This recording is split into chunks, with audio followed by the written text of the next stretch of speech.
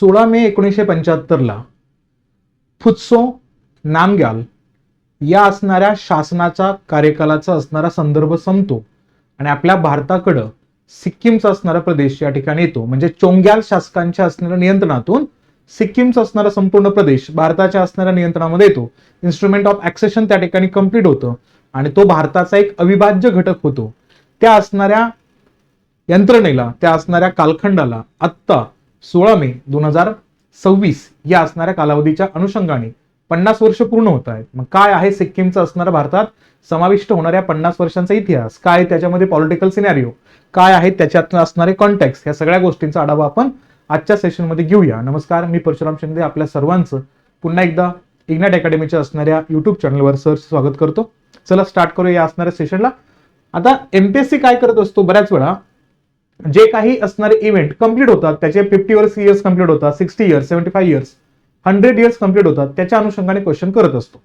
मग सिक्कीम भारतात समाविष्ट होणारी असणारी 50 वर्ष आहेत, हे पण चर्चेमध्ये येतात. त्या अनुषंगाने हा मुद्दा आपण डिस्कस करूया. भारताचं असणारं 22व्या राज्याच्या अनुषंगाने हा असणारा प्रदेश जेव्हा भारतामध्ये सहभागी होतोय, तो असणारा 1975चा इयर जर आपल्याला या ठिकाणी समजून घ्यायचा असेल आणि त्याच्या सोबत असणारा जो काही इंटरनॅशनल प्रेशरचा सिनॅरिओ समजून घ्यायचा आहे, मग त्याच्यामध्ये तिब्बतचा भाग असेल, मग तिब्बतला चायनानं घेतलेला असणारं कंट्रोल असेल, त्या शेजारचे असणारे नेपाळ असेल आणि भूतान असेल, अशा असणाऱ्या 3 महत्वपूर्ण असणाऱ्या देशांच्या दरम्यान असणारा सिक्कीमचा प्रदेश भारताच्या अनुषंगाने कसा या ठिकाणी सहभागी होतो आणि तो आता सध्याला एक स्ट्रॅटेजिकल लोकेशन म्हणून भारतासाठी किती महत्वाचं आहे, कारण त्याच्यात जवळ आहे सिलिगुरी कॉरिडॉर.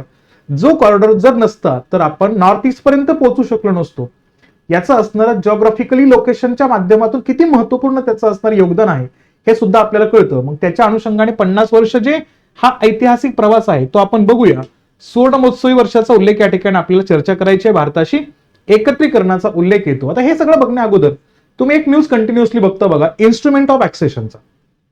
जम्मू काश्मीरच्या बाबतीमध्ये पण पाहिलं तर 2022ला आपण जम्मू काश्मीरच्या असणाऱ्या इन्स्ट्रुमेंट ऑफ ऍक्सेशनचे 75 वर्ष या ठिकाणी सेलिब्रेट केली होती.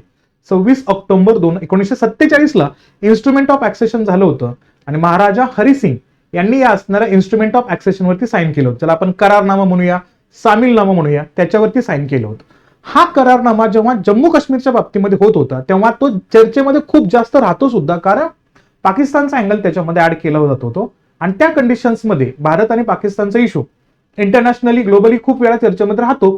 त्यामुळे तो असणारा मुद्दा, हा असणारा इन्स्ट्रुमेंट ऑफ ऍक्सेशन चर्चेमध्ये राहतोच. पण सिक्कीम सारखा असणारा एक इसेन्शियल पॉइंट, इसेन्शियल कशासाठी म्हणतोय मी, जिओग्राफिकल किंवा जिओ पॉलिटिकल अँगलनं तो खूप महत्वाचा आहे. तर त्याच्यामुळे याच्या सारखाच तो मुद्दा महत्वपूर्ण ठरतो, यासाठी हे लक्षात घ्यायचं. मग हा जेव्हा मुद्दा बघतो आपण त्या ठिकाणी, तर फुत्सोंग नामग्याल म्हणजे ज्यांच्या शासकांना म्हटलं जातं या ठिकाणी कोणता, तर इथं म्हटलं जातं चोंग्याल. या असणाऱ्या चोंग्याल शासकांनी ही असणारी सिक्कीमची जबाबदारी घेतली होती. कधी, तर हा रेफरन्स होता 1642. 1642 पासून 1975 पर्यंतचा असणारा संपूर्ण कार्यकाल हा किंगडम ऑफ सिक्कीमच्या अनुषंगाने या ठिकाणी चालला होता. कुणा, फुत्सोंग नामग्याल या असणाऱ्या शासकांच्या नियंत्रणामध्ये. मग त्या बाबतीमध्ये थोडासा हिस्टॉरिकल बॅकग्राऊंड बघायचा प्रयत्न केला तर 1642च्या कालखंडामध्ये सिक्कीमचा असणारा टेरिटोरियल एरिया आत्ताच्या असणाऱ्या सिक्कीमच्या एरियापेक्षा खूप विस्तारित आहे. हा जो मधला भाग आहे ना, तो आत्ताचा असणारा सिक्कीम तुम्हाला दिसतो आणि हा जो आउटर सेक्शन आहे का, हा बघितला तर हा संपूर्ण असणारा सिक्कीमचा भाग त्यावेळेस होता. त्या असणाऱ्या डायनेस्टीच्या अनुषंगाने त्या ठिकाणी आपण चोंग्याल डायनेस्टीचा उल्लेख याच्यामध्ये करू शकतो. लक्षात काय घ्यायचं, चोंग्याल शासकांच्या नियंत्रणाअंतर्गत हा असणारा प्रदेश या ठिकाणी आलेला होता. मग सुरुवातीचं बघितलं आपण 1642 पासून 1950 पर्यंत राजेशाहीची भूमिका आपण याच्यामध्ये बघतो. 1650 पर्यंत, 1950 पर्यंत, आणि 1950 उल्लेख केला तर जोपर्यंत तो भारताचा असणार अविभाज्य भाग होत नाही तोपर्यंत आपण त्याच अनुषंगाने बघू. पण राजेशाही प्रत्यक्षात 1950 पर्यंत चालली होती. नामग्याल, हे लक्षात घ्यायचं, नामग्याल घराण्याने सिक्कीमवरती 300 वर्षांहून अधिक वर्ष राज्य केलेलं आहे. म्हणजे जेव्हा जेव्हा फुत्सोंग नामग्याल यांचा उल्लेख येतो तेव्हा तेव्हा ह्या शासनाची सुरुवात या फुत्सोंग नामग्याल या शासकाने केली होती, हे लक्षात ठेवायचं. 1861चा कालखंड सुद्धा दरम्यान येतो, ज्या असणाऱ्या सिक्कीमची जबाबदारी इथं ब्रिटिश एम्पायर या ठिकाणी घेताना दिसतो. कारण का, या असणाऱ्या सिक्कीमच्या वरती जो चायनीज डायनेस्टीचा रेफरन्स या ठिकाणी येतो, तर त्याच्या अंतर्गत असणाऱ्या बऱ्याचशे असणारे प्रेशराइज असणारे पॉइंट त्या सिक्कीमच्या बाबतीमध्ये लागू होतात. त्यामुळं त्या असणाऱ्या सिक्कीमनं आश्रय मागितला ब्रिटिशांकडे आणि ब्रिटिशांनी तो आश्रय या ठिकाणी दिला. ऐतिहासिक घडामोडीनंतर सिक्कीमचं ब्रिटिशांचं संरक्षित राज्य, प्रोटेक्टर असणारं स्टेट म्हणून त्या ठिकाणी याचा असणारा उल्लेख केला जातो. आणि 1950 मध्ये भारतीय संरक्षणामध्ये येतो. मागणी केली जाते 47 पासूनच, आणि 47 पासून जेव्हा मागणी होती त्याच्या अनुषंगाने भारतातला प्रवास कसा आहे 1975 पर्यंत या सिक्कीमचा आणि या असणाऱ्या या ठिकाणी नामग्याल म्हणजे चोंग्याल शासकाचा तो असणारा थोडासा इतिहास आपल्याला माहिती असला पाहिजे. कारण का हा एरिया खूप महत्वाचा आहे. वरती तिबेट आहे, नेपाळ आहे, त्याच्या असणाऱ्या पश्चिमेकडे, त्याच्या पूर्वेकडे भूटान आहे, दक्षिणेकडे बांगलादेश आहे. अशा असणाऱ्या कंडिशन्स मध्ये हा सिक्कीम का महत्वाचा ठरतो? कारण 1947च्या कालखंडामध्ये हिथं या सिक्कीम मध्ये 3 असणाऱ्या समुदायांचा मुख्यत्व करून त्या ठिकाणी वावर दिसतो आपल्याला. मग 3 मुख्य समुदाय कोणते? तर या ठिकाणी आहेत भूतीय समुदाय, लेप्चा समुदाय आणि नेपाली समुदाय. असे असणारे 3 समुदाय आपल्याला सिक्कीम मध्ये दिसतात. म्हणजे भूतीय समुदायाचा उल्लेख करतो तर त्याला कंट्रोल करण्यासाठी त्यांचे लीडर येतात, ते असणारे एका पार्टीच्या अनुषंगाने, ते आहे सिक्कीम स्टेट काँग्रेस. नंतर याचं नाव बदलण्यात आलं होतं आणि ते झालं होतं सिक्कीम नॅशनलाइज किंवा नॅशनल काँग्रेसचा उल्लेख या ठिकाणी झाला होता. जे तुम्ही आता याचं नाव सिक्कीम नॅशनल काँग्रेस या नावाने ओळखता, पण तो सुरुवातीला सिक्कीम स्टेट काँग्रेस या अनुषंगाने होता. लेप्चा म्हणजेच कोण या ठिकाणी? तर प्रजामंडळाच्या कंट्रोलच्या अंतर्गत हा असणारा लेप्चा समुदायाचा उल्लेख येतो. नंतर नेपाली समुदायाचा उल्लेख केला तर प्रजा सुधारक समाज यांच्या अंतर्गत आपल्याला हा असणारा कंट्रोल या ठिकाणी दिसतो. आणि या असणाऱ्या 3 समुदायांनी एकत्र येऊन भारताच्या असणाऱ्या समावेशासाठी प्रयत्न केले होते आणि 3ही समुदाय सिक्कीम हा भारताचा भाग असावा यासाठी प्रयत्न करत होते 1947 पासून. मुळात 1947 ते 1950चा हा प्रवास आपल्या भारतातला पॉलिटिकल प्रवास सुद्धा होता. घटना निर्मितीच्या अनुषंगाने घटना समिती कामकाज पण करत होती. त्या अंतर्गत ह्या असणाऱ्या 3 गटांनी एकत्र येऊन ठरवलं की एक लोकप्रिय शासन असलं पाहिजे, सोबतच जमीनदारी पद्धत त्या ठिकाणी संपली पाहिजे आणि तिथं भारतामध्ये सामील होण्याचं असणारं अग्रीमेंट झालं पाहिजे, इन्स्ट्रुमेंट ऑफ ऍक्सेशन झालं पाहिजे. आणि त्या असणाऱ्या मागणीच्या अंतर्गत भारतानं सगळ्यात पहिल्यांदा 1950लाच ठरवलं की डिफेन्स, ट्रान्सपोर्टेशन, कम्युनिकेशन आणि IR हेच 3 विषय केंद्राकडे असतील आपल्या सिक्कीमचे. बाकीचे सगळे अधिकार सिक्कीमला दिले जातील. पण तिथं अजूनही इन्स्ट्रुमेंट ऑफ ऍक्सेशन सामीलनामा झालेला नव्हता. कधी? 1950च्या अनुषंगाने. मग हा रेफरंडम होतो कधी? 1975ला जनमत चाचणी घेण्यात आली आणि या असणाऱ्या जनमत चाचणीच्या अंती निकाल कसा आला? तर 59,637 लोकांनी मत दिलं भारताच्या बाजूने जाण्याचा आणि 1496 लोकांनी भारताच्या विरोधात मत दिलं, भारतात सहभागी न होण्याचा संदर्भ या ठिकाणी मांडला गेला. आणि या बहुमताच्या अनुषंगाने एक निर्णय होताना दिसतो. 16 मे 1975ला या ठिकाणी काय होतो? सिक्कीम हा भारताचा असणारा अतिमहत्वपूर्ण असणारा भाग होतो आणि राज्याच्या अनुषंगाने तो सामील होताना सुद्धा दिसतो. यासाठी एक महत्वपूर्ण राजकीय घटनात्मक असणारा प्रवास जर बघितला तर 1974 आणि 1975 या 2 गोष्टींचा उल्लेख लक्षात घ्यायचा. 1974ला आपल्या सरकारनं काय केलं? केंद्र सरकारनं 35वी घटनादुरुस्ती केली आणि 35वी घटनादुरुस्ती करून सिक्कीमला काय केलं? तर सिक्कीमला असोसिएट स्टेट सहयोगी राज्याचा दर्जा दिला. कधी? 1974ला. आणि त्यासाठी राज्यघटनेमध्ये आपण एक सेपरेट आर्टिकल सुद्धा ऍड केलं 2A. त्यासोबत आपण राज्यघटनेमध्ये एक शेड्यूल सुद्धा ऍड केलं, शेड्यूल नंबर 10. मग या सिक्कीमला आपण काय केलं? 1975 मध्ये याला पूर्ण राज्याचा दर्जा दिला. मग सिक्कीम काय झाला? पूर्ण राज्य बनला. पूर्ण राज्य म्हणजे कितव्या क्रमांकाचा? 22व्या क्रमांकाचा राज्य बनला. त्यासाठी आपण काय केलं इथं?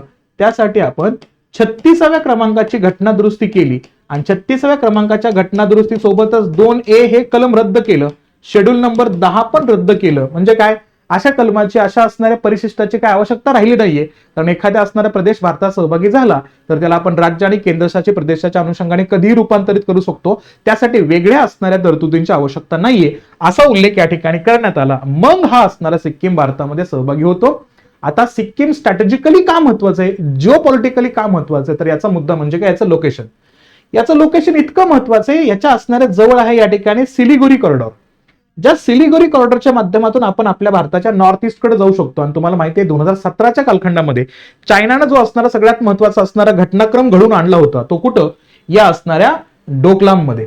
मग डोकलाम प्लॅटूमध्ये डोकलाम इन्सिडेंट आपल्याला माहिती आहे 17च्या कालखंडामध्ये खूप मोठ्या पद्धतीचा असणारा विरोध या ठिकाणी चायनाने केला होता. त्यामुळं चायनाचं कंट्रोल या असणाऱ्या भूटानवरती, नेपाळवरती कंटिन्युअसली तो प्रेशर करण्याचा प्रयत्न करतो.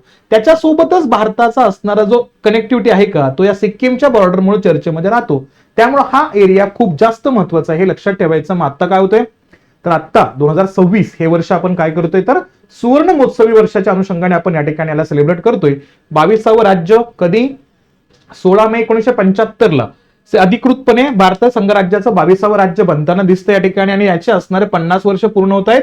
भारतीय एकात्मतेच्या आणि लोकशाहीच्या ऐतिहासिक प्रवासाच्या सुवर्ण महोत्सवी मुहूर्त या ठिकाणी आपल्याला येताना दिसतो. आणि सिक्कीमची असणारी ऑफिशियल लँग्वेज इंग्लिश आहे हे लक्षात ठेवायचं. आणि भव्य सांगता समारंभ तो 27-28 एप्रिल रोजी पंतप्रधानांच्या विशेष उपस्थितीमध्ये सुवर्ण महोत्सवाची असणारी ऐतिहासिक सांगता झालेली आहे.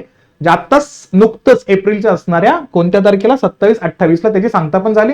पण ऍक्च्युअल दिवस कोणता आहे तर 16 मे आहे हे इथं लक्षात ठेवायचं आपल्याला. मग याचा जर थोडासा प्रवास बघितला आपण जसं आता सांगितलं होतं 1973 काय झालं त्रिपक्षीय करार झाला. त्रिपक्षीय कोण तर तिथला असणारा तो चोंग्याल राज्याचा उल्लेख या ठिकाणी करतो आपण. चोंग्याल राज्याचा उल्लेख करत असताना कोण नामग्याल हे त्यांचं नाव आणि शासन म्हणजे कोणत्या नावानं चालायचं चोंग्याल नावानं चालायचं हे लक्षात घ्यायचं.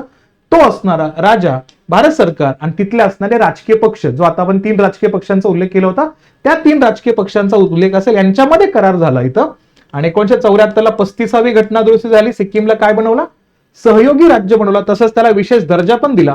1975 सार्वमत घेण्यात आलं रेफरंडम घेण्यात आलं. 97% जास्त लोक भारतात विलीन होण्याच्या बाजूने कौल दिला त्यांनी. आणि 1975 36वी घटना दुरुस्ती करून पूर्ण राज्य घोषित केलं. प्लस सिक्कीमला संविधानिक संरक्षण सुद्धा प्राप्त आहे विशेष दर्जा प्राप्त आहे कलम 371 F च्या अनुषंगाने. मग स्थानिक परंपरा जमिनीचे हक्क अद्वितीय कायद्यांचं रक्षण करण्यासाठी संविधानात हे विशेष कलम भाग नंबर 21 च्या अनुषंगाने या ठिकाणी आपल्याला सिक्कीमला देताना दिसतो हे लक्षात घ्यायचं. आता सध्या सिक्कीमचं भौगोलिक स्थान सामरिक महत्व का महत्वाचं आहे. आंतरराष्ट्रीय सीमा कशा आहेत बघा. उत्तर आणि पूर्वेकडे पाहिलं तर चीनचा असणारा तिबेटचा भाग आहे. दक्षिण आणि पूर्वचा उल्लेख केला तर भूतान आहे. पश्चिमकडे नेपाळ आहे. सामरिक डालचा उल्लेख केलाय स्ट्रॅटेजिक शिल्ड आहे कारण पूर्व हिमालयात वसलेलं सिक्कीम हे भारताचा अत्यंत संवेदनशील सीमावर्ती भाग आहे. कारण याच्यामध्येच डोकलामचे पठार दिसतात तुम्हाला इथं. सिलिगुडी कॉरिडॉर दिसतो. भारताचा नॉर्थ ईस्ट कनेक्ट होताना दिसतो. त्यामुळे हे खूप महत्वाचं आहे. संवेदनशील चित्र का कारण डोकलाम पठार आणि भारताच्या मुख्य भूमीला जोडणाऱ्या सिलिगुडी कॉरिडॉरच्या सुरक्षेसाठी सुद्धा सिक्कीमचं स्थान अत्यंत महत्वाचं आहे हे लक्षात घ्यायचं. सिक्कीमच्या बाबतीमध्ये पाहिलं तर याच्यामध्ये निसर्ग संपदा सुद्धा खूप आहे. पर्वत नद्या वन्यजीवांचा उल्लेख येतो. माउंट कांचनजंगाचा उल्लेख केला तर जगातील 3रं शिखर आहे सर्वोच्च शिखर आणि या राज्याची ओळख आहे. सोबतच जलप्रणाली तिस्ता नदी प्रणाली अतिशय महत्वाचे. वारंवार भारत आणि बांगलादेश दरम्यान जेव्हा नद्यांच्या विवादाचा वाद समोर येतो ना तेव्हा तिस्ता नदीचा उल्लेख इथे येतोच. आणि ही नदी तिची प्रमुख उपनदी रंगीत ही राज्याची जीवनवाहिनी आहे. धोरणात्मक खिंड उल्लेख केला तर व्यापार आणि सुरक्षेसाठी नाथुला पास सुद्धा खूप महत्वाचा या ठिकाणी. सोबतच पर्यावरण आणि जैवविविधतेचा उल्लेख केला तर जागतिक वारसाच्या अंतर्गत कांचनजंगा राष्ट्रीय उद्यान युनेस्कोच्या मान्यताप्राप्त भारतातलं पहिलं मिश्र जागतिक वारसा स्थळ आहे. मिक्स्ड असणाऱ्या पद्धतीचं असणारं वारसा स्थळ पहिलं आहे. आणि वन्यजीवाचा उल्लेख केला तर अत्यंत दुर्मिळ अशा लाल पांडा राज्याचा प्राणी आहे आणि या राज्याला समृद्ध जैवविविधता सुद्धा लाभलेली आहे. लाल पांडा रेड पॅन्डा लक्षात ठेवायचं. तिस्ता रिव्हर आहे. गंगटोक आहे मुख्य भूमीच्या अनुषंगाने. नाथुला पास कुठं आहे हे पण लक्षात घ्यायचं या ठिकाणी. भारताच्या पूर्वेच्या म्हणजे सिक्कीमच्या पूर्वेच्या असणाऱ्या कंडिशन्स मध्ये दिसतं. आणि आत्ताचा विकासाचा सुवर्णकाळ बघितला तर 50 वर्ष अति महत्वाचं आहे. मुख्य थीम कोणती वापरली आपण या 50 वर्षाच्या निमित्तानं तर इथं लक्षात ठेवायचं या ठिकाणी रेफरन्स येतो याच्यामध्ये सुनवलो समृद्ध आणि समर्थ सिक्कीम या पद्धतीचा उल्लेख येतो. कारण का सिक्कीम 100% ऑर्गॅनिक शेती करणारं असणारं भारतातलं जगातलं पहिलं आणि एकमेव असणारं राज्य ठरताना दिसतं. सोबतच 4000 कोटींच्या असणारं पायाभूत सुविधा पंतप्रधानांकडून आरोग्य आणि विकासाच्या भव्य प्रकल्पांचं उद्घाटन पण झालं आता 50 वर्षांच्या निमित्तानं. आणि ऍक्ट ईस्ट पॉलिसीसाठी 1991चा लुक ईस्ट पॉलिसी असेल आणि 2014चा असणारा ऍक्ट ईस्ट पॉलिसी असेल. पूर्वेकडे बघा आणि पूर्वेकडे पाहून कृती करा अशा पद्धतीमध्ये आपल्याला पूर्वेकडच्या देशांसोबत कोलॅबोरेशन करायचं असेल तर सिक्कीमचा प्रेझेन्स खूप महत्वाचा आहे तोही लक्षात ठेवायचा आपल्याला. मग त्या अनुषंगाने सिक्कीमचं महत्व दिसतं आपल्याला. हिमालयात भारताचं अमूल्य रत्न या ठिकाणी आपण सिक्कीमला म्हणूया. 36व्या घटनादुरुस्तीनं कलम 371 F न संरक्षण दिलेलं आहे. ज्याला विशेष दर्जाचा अनुषंगाने बघतो आपण उल्लेख सामरिक कवच सुद्धा आहे. चीन, नेपाळ आणि भूतानच्या सीमेवर असलेला सिलिगुरी कॉरिडॉर हा अविभाज्य भाग आहे. आणि 100% शाश्वत विकासाच्या अंतर्गत सेंद्रिय शेती आणि युनेस्को स्थळासह भारताच्या ऍक्ट इक्ट ईस्ट या असणाऱ्या धोरणाचं इंजिन म्हणून आपण सिक्कीमकडे बघतो. जसं आपण म्यानमारचा उल्लेख केला, म्यानमार सोबतची कनेक्टिव्हिटी करत असताना नॉर्थ ईस्ट अतिशय महत्वाचा असणारा फ्रंट गेट आहे. म्यानमारमध्ये एंट्री करून आपण आशियान देशामध्ये जाऊ शकतो. तसाच ऍक्ट ईस्टच्या अनुषंगाने आपल्याला सिक्कीम खूप गरजेचं आहे. ज्या असणाऱ्या पूर्वेकडच्या देशांसोबत भारत कोलॅबरेशन करतो त्या अनुषंगाने हा मुद्दा खूप जास्त गरजेचा असतो. हा 50 वर्षांच्या कालखंडामध्ये सिक्कीम बद्दल तुमचं मत काय आहे? सिक्कीम भारतासाठी स्ट्रॅटेजिकली किती महत्वाचं वाटतो हे तुम्ही कमेंट सेशन मध्ये सांगण्याचा प्रयत्न करा. 16 मे 2026 75 वर्षाच्या असणाऱ्या भारताच्या इतिहासाच्या नंतर एक पुढचा टप्पा या ठिकाणी येतो, तो म्हणजे सिक्कीमचे असणारे स्वतःचे 50 वर्ष या ठिकाणी इन्स्ट्रुमेंट ऑफ ऍक्सेशन वरती साइन करताना कंप्लीट होतात.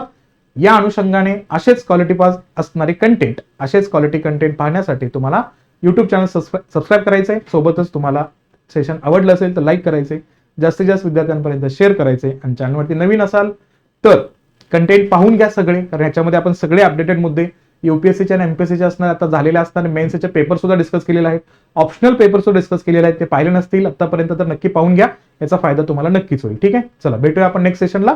तोपर्यंत काळजी घ्या आणि अभ्यास करत राहा. थँक्यू.